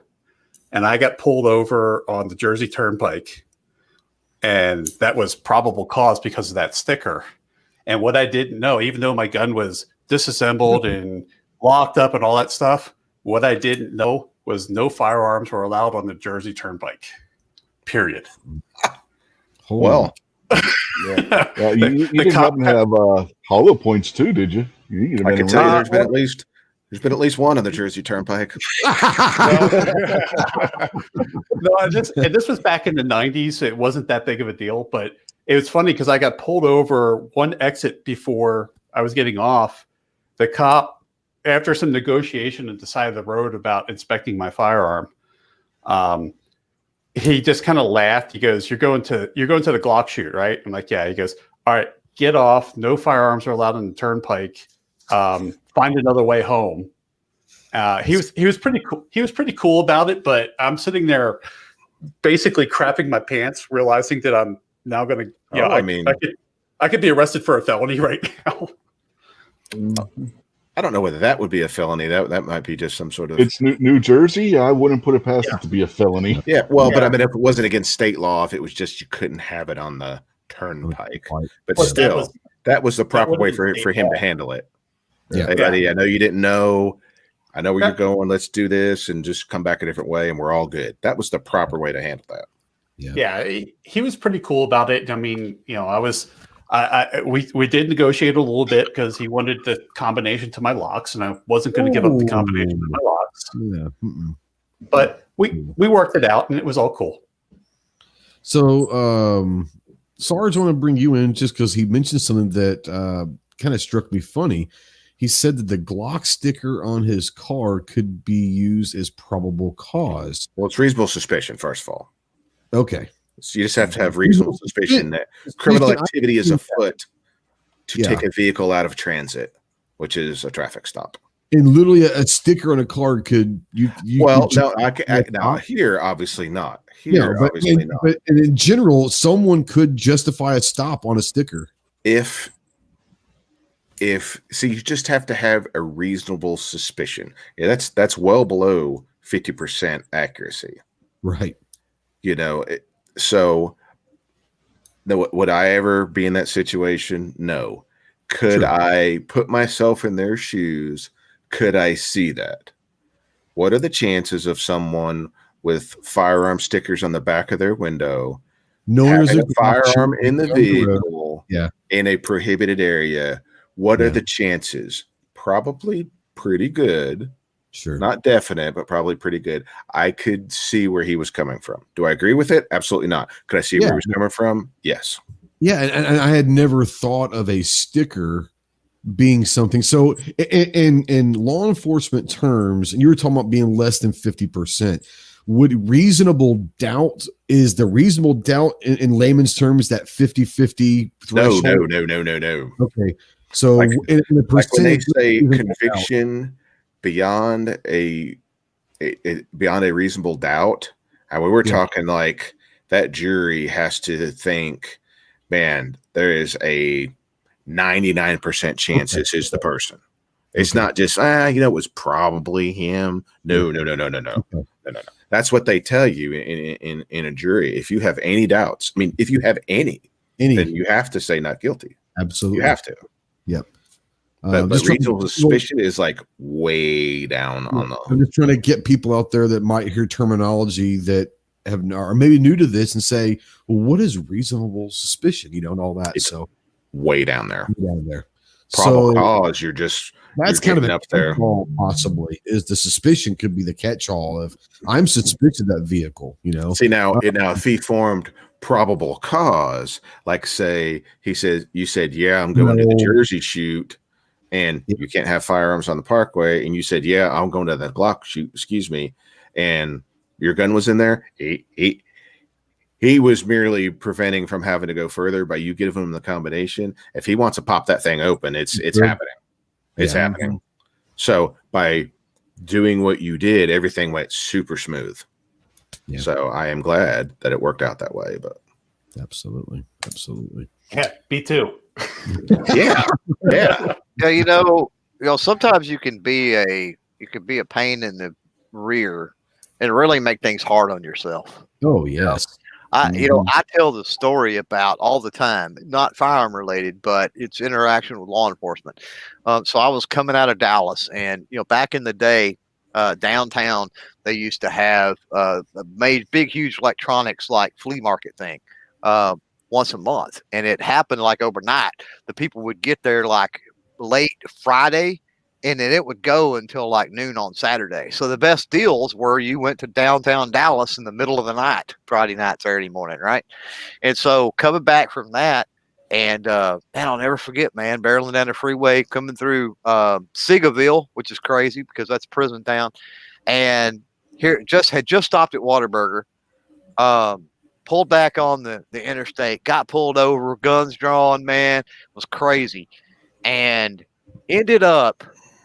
There was a report of a robbery that matched the color of my truck, but it was a Chevrolet, not a Ford, and a totally different license plate number. But had I been a butthole. You know what I mean? When they pulled me over and, I hadn't done nothing wrong. That could have ended badly, real badly. And so you never know what dispatchers told them or what little information maybe they're running on, or so don't make things difficult on yourself. Was it an inconvenience for 15 minutes? Did I get, turned around, cuffed and everything else? Yeah. Well, here's the thing. It was an inconvenience for that law enforcement officer as well. He could have been doing a lot more things than getting you. Well, he could have been catching the real criminals if he had. I can tell you this: the odds of someone getting the make and model right on a truck out of an armed robbery are super slim. I'm surprised they got the color right. Yeah. So people are terrible about that because they're shocked. They're absolutely shocked, and they may spit out Ford F-150, and it was really a Chevy, and they may say red, and it was clearly maroon. But so, like you said, but yeah, was it an aggravation? Yes, it was an aggravation, but ultimately it all worked out well. Well, one of the things that was a kind of a red flag in a way was it was one guy supposedly right in the truck, and it was me and a buddy. I never went up there alone. I always had a friend that would ride and go hang out and all that. So there was two of us. So that was kind of weird because it was just one guy supposedly that robbed the place. And one guy that run out and jump in the pickup and all that. So, but yeah, it was 15. I'm going to say 15, maybe 20 minutes.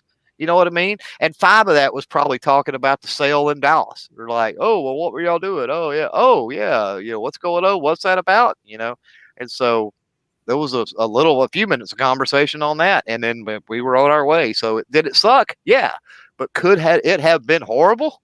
It could have been absolutely horrible. Yeah, TJ out there says, don't laugh when they ask if there are any weapons in your vehicle. It'll get you an extra car. That is true, at least locally here. I don't have Chris on here again soon, because that'd be a good question for him, our sheriff. But I'm going to ask you, Sarge, if you pull someone over and there are firearms, whether or not it's in a negative way, but there are firearms or something like that, what is the procedure? Is there multiple cars going to be involved with that stop now because of firearms, or is it all depends? Okay. I don't care. I mean, if it's, as long as it's not someone operating outside of the law, I could care less. So there's something that says that you have to call for backup if you find firearms in a car. Okay. I don't have to. No. You can, if it's someone. Sure. I do different things now. So the people I'm dealing with are the more problem children of the area. If I find a gun, we're going to have a major issue because everybody I deal with isn't eligible to have a gun, and they're up to something else, or else we wouldn't be dealing with them. That's a different scenario. But say it's just Joe Blow. Like I got called out to work a checkpoint a while ago. We had to work a checkpoint, and one of the guys was coming through, and he handed me his license to still carry, and he was from California and recently moved out here, and he was kind of nervous. I was like, okay, cool. I said, I appreciate you being an armed citizen. Everything looks good. Hey, you have a good night. And he's just like, oh man, thank you. Cool.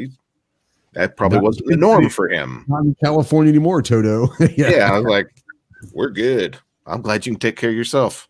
Now, TJ, he says he's suspicious looking. He's suspicious as fuck. So yes, just for you walking up to seeing you, TJ, I'm going to bring another car in. But that's just another story. But yeah, no, like I said, I didn't know if, and I'm sure there are some places that they might have that mandatory backup or something like that. But I didn't know if you had that or not. And I'm speaking of from where I'm at. Obviously, if you're in a different area where the majority of people, if you end up having an interaction, see here, I mean, your average traffic stops and average things, you're still dealing with good people most of the time.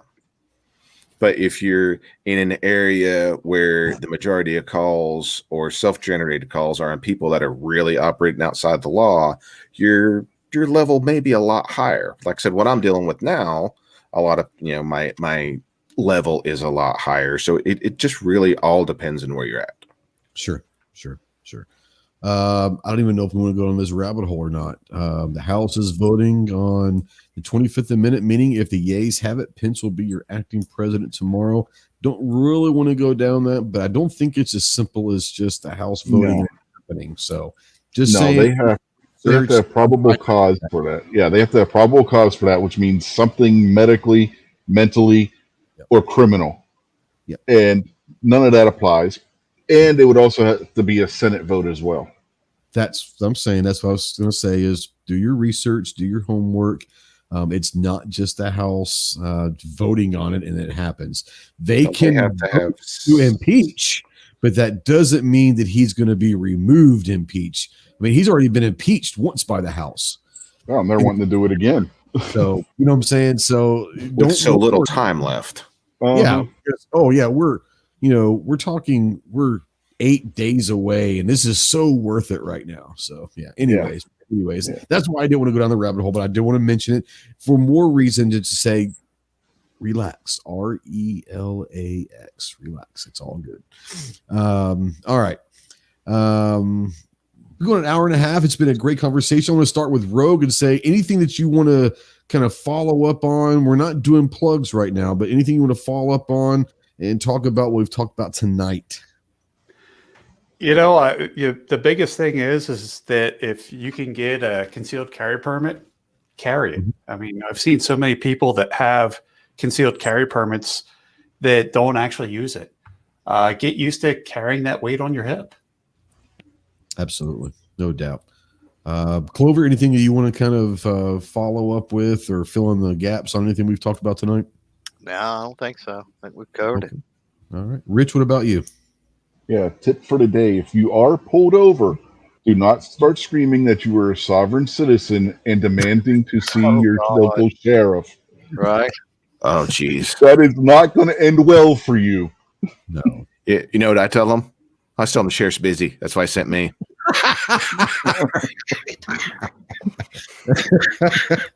That's actually pretty damn good. I like that.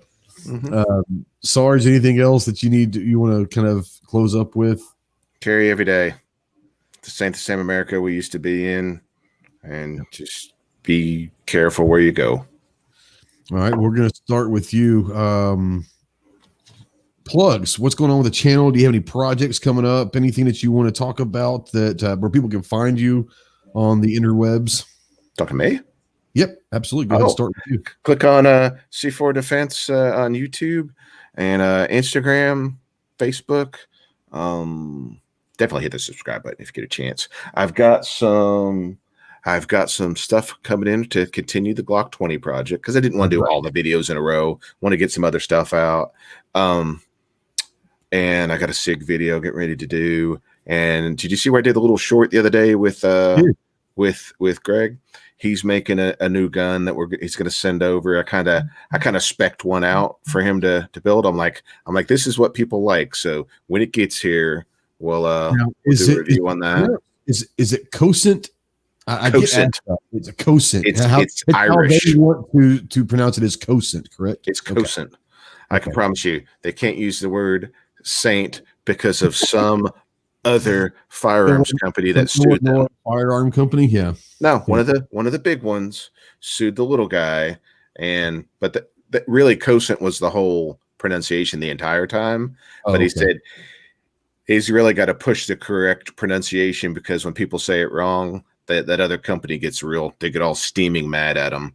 But That's not his fault. But that's what I got coming up. I got some more stuff from Cosent, the Glock 20 project, and some SIG stuff, and just going to hopefully we get a really nice day to get back out on the range. That's what I'm hoping for. Before you go, I forgot we had a text early on in the show from Jason that wanted to know, and I know that you do run dots on your pistols. He was wanting to know. I have a lot of dots. And I think you might actually have one on a 29, maybe. But he's got a Glock 29, and he wants to get some RMR cuts. Is there a company out there that you would? I can tell you 100%. I've seen their work. I would definitely check out it. You could type in CHPWS. It's C&H Precision Weapon System. Any combination of that. Okay. C&H Precision, anything like that in a Google search is going to bring it up. They have got really one of the best prices. That's who I'm going to get to do the 20 for me when I do it, because I'm going to get that one cut.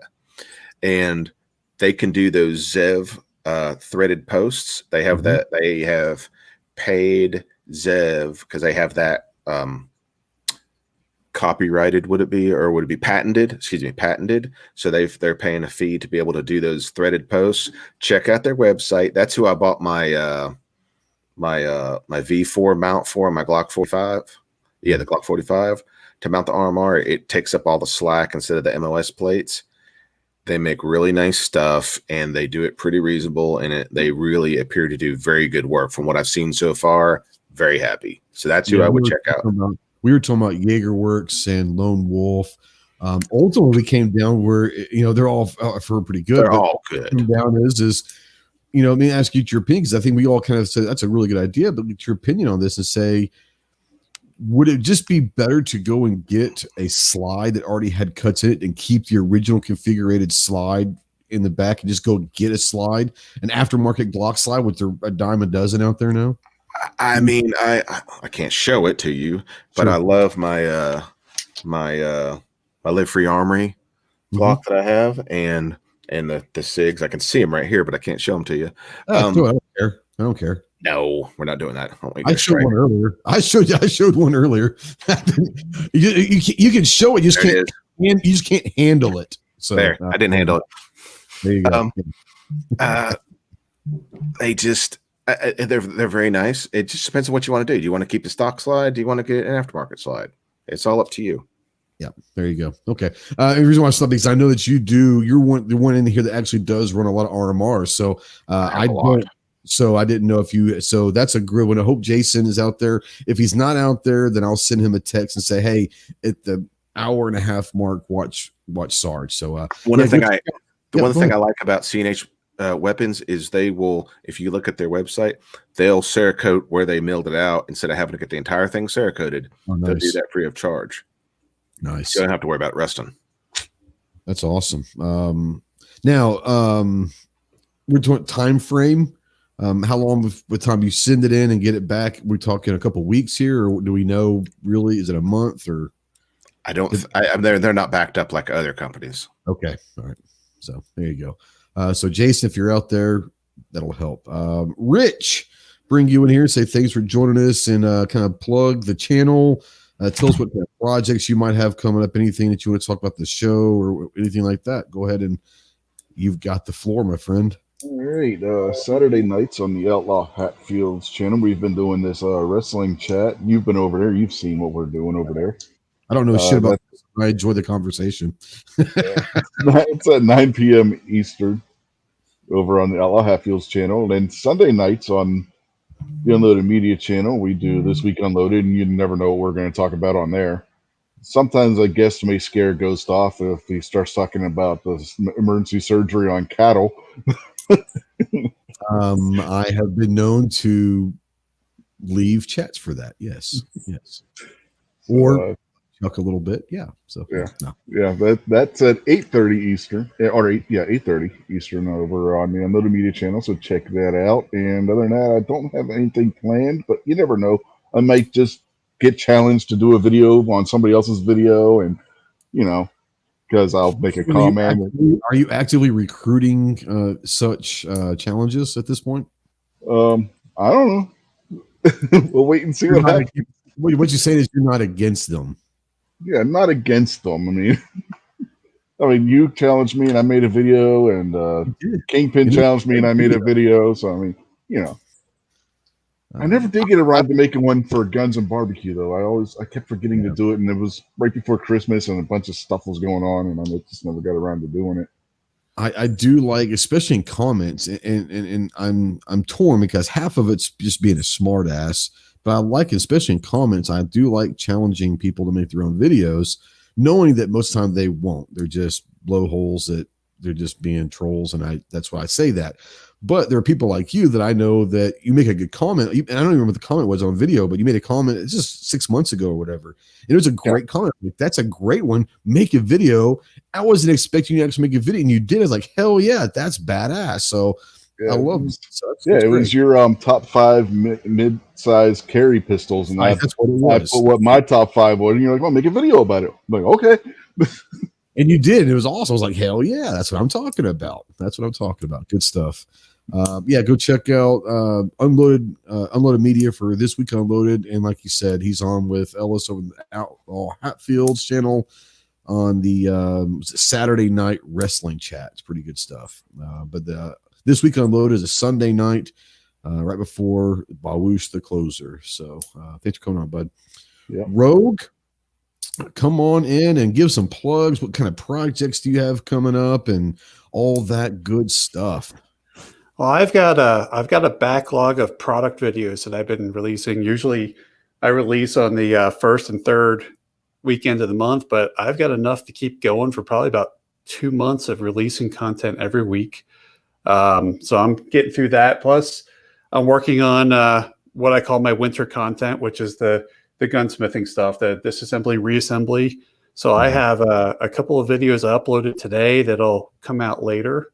So I'm getting pretty excited about that because that's really kind of the videos that I founded the channel on. So it's always fun to get back to the roots. But other than that, that's just keep plugging away on stuff. Yeah, So awesome. you can catch me on just about any social media, the Rogue Banshee. The Rogue Banshee. Love the avatar logo, whatever you want to call it. It's one of my favorites. Just love it. Good stuff. Thanks. Thanks for coming on, bud. Thanks for having me. Oh yeah, anytime. You're on the list now, man. You're on the list. So yeah. Clove, what about you? You got anything coming up? You don't do anything. So I don't do anything. I sit around the house and bake cakes and pies and stuff. That's all I do. Well, that's true, but that is true also. Yeah, that's true also. Some baked cake. Yeah. So Keto recipe. It's not all that you do. No, I released one just a few hours ago. As a matter of fact, I did a what's in the box a few weeks back or something like that. Finally got to release the first video on what was in the box. So if you're curious about what was in the box, go check it out. And spoiler alert, it was a Gerson MC312 Sport semi-automatic shotgun. And so, yeah, pretty neat shotgun. Awesome. Do you have a topic for tomorrow or for Thursday night, or are you not releasing that yet? No, I mean, it was kind of going to depend on if I can get cell service back. Finally. That's true. Yeah. I've been kind of cut off from a lot of the normal world that I'm able to talk to, and that sort of provokes.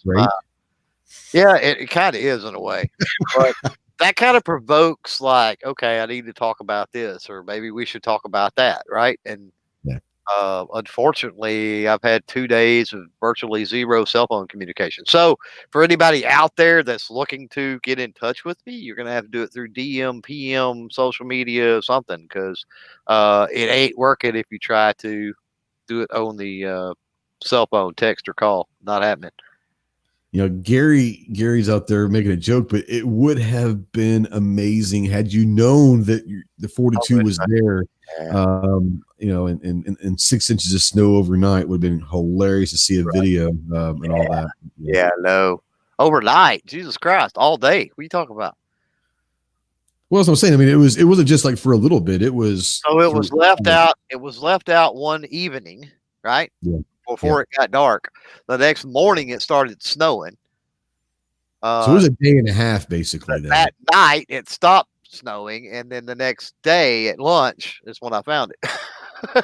So, nearly 2 days, but nearly 2 days outside, and a solid 24 hours or pretty close to it under the snow. So, under snow, yeah. I love that. And Rud's fine, man. Rud's fine. Not a problem.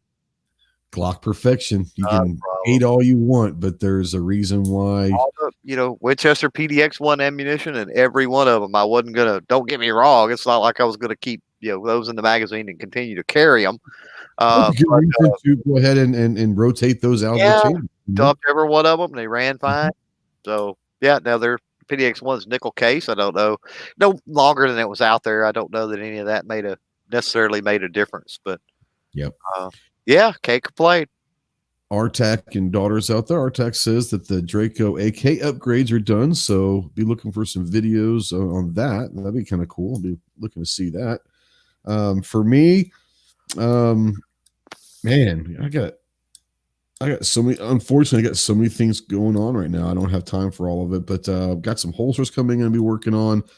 Got confirmation this morning from my contact at Taurus that tomorrow they are sending out my finally the Taurus G3. So looking forward to that. There's one of those at the local gun shop here, and I bought that Uberti 4440, and I almost got that Taurus. I've been looking at the G3s for a long time. I think they're really good looking guns. They're good looking guns. Yeah. For I don't know what now, but at one point they were like 260, 269, so you're talking about the reason why I had never even really thought about them until I put a video out, I don't know, 6-8 months ago, top 5 handguns under $400, and everyone initially started flooding the comments about the Taurus G3. And so I was like, never owned a Taurus. So I reached out to Taurus, and it's been in the works, but I got an email confirmation this morning that it's mailing out tomorrow to the FFL. So I'm looking forward to playing with the Taurus G3. It's a good looking gun. And if it's something, even in inflated prices, you can still find them online for $350, $360. What is it? The Taurus G3. Oh, okay. Yeah, cool. Mine's mailing out tomorrow, and so I'll be looking forward to messing with that. I've never owned a Taurus, so man, the local gun shop, and you're talking the local gun shop, not online, but it was less than $250. Oh yeah. Well, I just remember here at my local gun shop, this was a few months ago, they were running for about $259. Yeah. The price pre-pandemic to post-pandemic, my buddy's dealer cost has gone up almost $100. The cost of it? Yes, they increased like almost 50%. Yeah, they're still cheap. They're still reasonable. Depends, but they've increased almost 50%. It depends on the dealer and what distributor they got to go through and a lot of other things. So mine, the last time I was in there, they had some, oh crap, what ammo was that? I can't even remember now. It sucks. But whatever it was just 50 round boxes, nothing like special, right? Of 9mm. And it was $22 a box, 2-box limit. And I actually seen the invoice where they bought it. They paid $21 a box. Right. No, that's the way it goes. Shipping and everything. They had 20. They were making $1 a box is all they were making off of it. And people were, oh, it's too high. Like, but it sold out in a couple of hours. A case did. Yeah, Artac says that at the gun shop there, they've got the G3s at $300 and can't keep them in the shop. Yeah. Like I said, I mean, if you go out online, if you can find one, I've seen them out there for, anywhere from $300 to $350, which really, like, once again, I mean, it's still a good gun at $350, but at $250, is when I first saw them in the gun shop. I mean, I'm looking forward to it. If this thing performs like people say it does, and even at $300, is it in that same caliber as a Canic? Is in the same caliber as a SAR for that kind of that same price? I don't know. We're going to find out. I doubt very seriously that a trigger is going to be as good as a Canic, but we're going to find out. But yeah, like I said, I'm looking forward to working with Taurus. So it'll be interesting. Well, but anybody's looking for one that can't find one, hit me up because I'm sure my local gun shop will ship. Yeah, I'm sure. Says he paid $250 for his G2C. Rich says he paid $199 for his G2C. So yeah. Now, Rich, do you have a G2C review video out there? No, I don't. But that was my carry pistol before I got my P365. Would you be interested in doing a review video for that? And when I do this review, I can tag the G2C into. If you want to, if you ever want to do, I could do that, but right now it wouldn't be. I wouldn't be able to do a range review. It would just be me talking about it. That's up to you. Like I said, I'm going to be doing this probably the next. I would say it'll take me a couple weeks to get the video shot and all that. I'm only going to do about a 250 round review because I'm not doing a 2,500 round review. Ain't no way in hell I'm doing that. I'll probably do a 200 round review or something like that. And it might take me a couple weeks to get that thing done. Once I get it, should be here, I guess, Friday. If it mails out tomorrow, it should be here Friday. Yeah, I got about. If you want to, I'm not saying you have to, but if you want to, let me know and I'll link it in my video. Yeah, I'll do so. I can do something with it. Like I said, it probably won't be a range review right now because my wife's work schedule, and I'm pretty much dependent on her to get anywhere because I'm not allowed to drive and all that other crap. So, and with the cost of ammo and crap right now too, doesn't help matters if you can even find any. And 9mm is like not the ammo I have the most of. Exactly. So Rogue says the gun reviews in 2021, a 2-shot review. No doubt. Yeah, but I could easily do like a tabletop type review for you. I'm not saying you have to. I'm just saying if you're interested, since you have one, if you're interested in doing that, or anyone out there, I'll put it this way. If anyone out there has a G3C, because I'm just getting a G3, but a G3C or a G2, G2C, G2S, any of those, and you have a review on your channel or you're planning on doing the next week or two, let me know and I'll try to link those in on mine. Doesn't P11 have one on the G3C on his channel? Don't get me lying.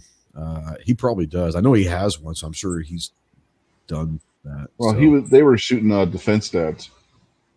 Okay. I thought he has a Taurus G3C. He has a G2C. Okay. But anyways, yeah. So if anyone out there, let me know. Email me if you've got one on your channel and all that. And like I said, man, I don't mind linking your video and mine. See how it goes. If it's going to help you out or not. And all that great stuff. So guys, like I said, thanks for watching. Thanks everyone for super chats. That's awesome. Mandatory Carry, TJ, Nethery was out there. The super chats, those are going towards Operation Gratitude for care packages for our troops downrange. So I appreciate you guys as always. Real quick, Gary wants to know what about the PT-111 G2? That's basically the G2C, but that was the one right before it. And then our tech and daughter says that he has one on his channel. Perfect. I'll make sure to do that. And Gary, do you have a video about the PT-111? If so, then I'll go and get that link as well. So budget says still on. Yeah, we're getting ready. We literally have said our goodbyes. We're just kind of bullshitting at this point, but and all that jazz. But thanks everybody for watching. If you're watching a replay or listening to a podcast, God bless you. An hour and 50 minutes of us rambling on is great, but I don't know if it affects algorithms or not. Mandatory carry. I don't really care about that. What I do care about is sending care packages, so I'm all good for that. Pat Hurst says, just got an AR-15 and only 30 rounds through it. Just get the scope dialed in. No offense, I love you, bro, but if it takes you 30 rounds, get that scope dialed in. Call me. We can get that done. Gary said he does have a video. It's old and a short video, and he also has a longer review on the G2S, which is the single stack version of the G2C. I will. I can link both of those. Absolutely. So yeah, if you're out there and you have a Taurus video out there, let me know and I can link it. So we'll try to share some love. So anyways, guys, thanks for coming on and watching live. If you're listening to replay or watching and replay or listening to podcast, thank you so much. Thanks to the Rogue Banshee, to CloverTac, to Rich, and to Sarge out there. Go look at their channels. Go subscribe to them. Go check out everybody else that's out in the chat. Budget does videos. Gary does videos. There's a D23 does stuff. There's a lot of people. I'm sorry, I'm going to missing people out there. Go check out TJ over at gear-report.com. Artak and Daughters does videos. Man, I'm going to miss a lot of people. Honcho, I was out there.